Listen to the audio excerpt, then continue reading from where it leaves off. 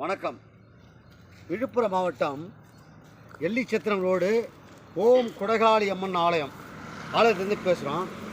இங்கே நிறைய பேர் வரீங்க, எல்லா பிரச்சனைக்கும் வரீங்க. அதாவது கணவர் கை விட்டார், ரெண்டாவது என் குடும்ப பிரச்சனை, எனக்கு குழந்தை பாக்கியம் இல்லை, ரெண்டாவது என்னோடய வீட்டில் அம்மா பிரச்சனை இருக்குது சாமி, என் பொண்ணை விட்டுட்டு இன்னொருத்தன் கிளம்பிட்டான், என் பையனை விட்டு இன்னொருத்தன் கிளம்பிட்டான், என் பையனுக்கு கல்யாணம் ஆகலை. இதை போல் நிறையா நீங்கள் பயங்கரமாக சொல்கிறீங்க, ஃபோன்லேயும் கேட்குறீங்க. நம்புங்க, அதாவது ஓம் கொடகாளி அம்மனை நம்புங்க, நல்லதே நடக்கும். பாருங்கள், கிட்டத்தட்ட கிட்டத்தட்ட பல லட்சம் பேர் நம்ம ஆலயத்துக்கு போகிறாங்க.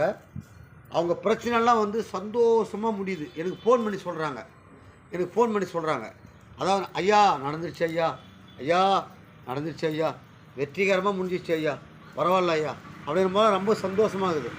அதனால் அங்கே பாருங்கள், என்ன மாதிரி அம்மா காட்சி கொடுத்துருக்குறான்னு பாருங்கள்.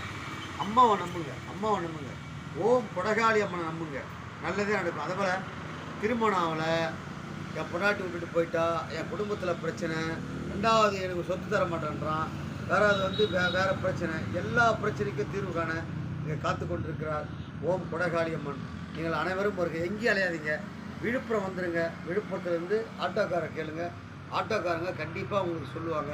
அனைவரும் வருக, அம்மன் நாளை பெருக என உங்களை இருகரம் கூட்டி வணங்கி கேட்டுக்கொள்கின்றேன். நன்றி, வணக்கம். மறுபடியும் சொல்கிறேன், விழுப்புரம் வந்துடுங்க. புது பஸ் ஸ்டாண்டில் இறங்கி ஆட்டோ ஸ்டாண்டில் கேட்டிங்கன்னா ஓம் கொடகாளி அம்மன் ஆலயம், எல்லிச்சத்திரம் ரோடு, பிஎஸ் காலேஜுக்கு பக்கத்தில் விட்டுருவாங்க. அனைவரும் வருக, அம்மன் நாளை பெறுக. நன்றி, வணக்கம்.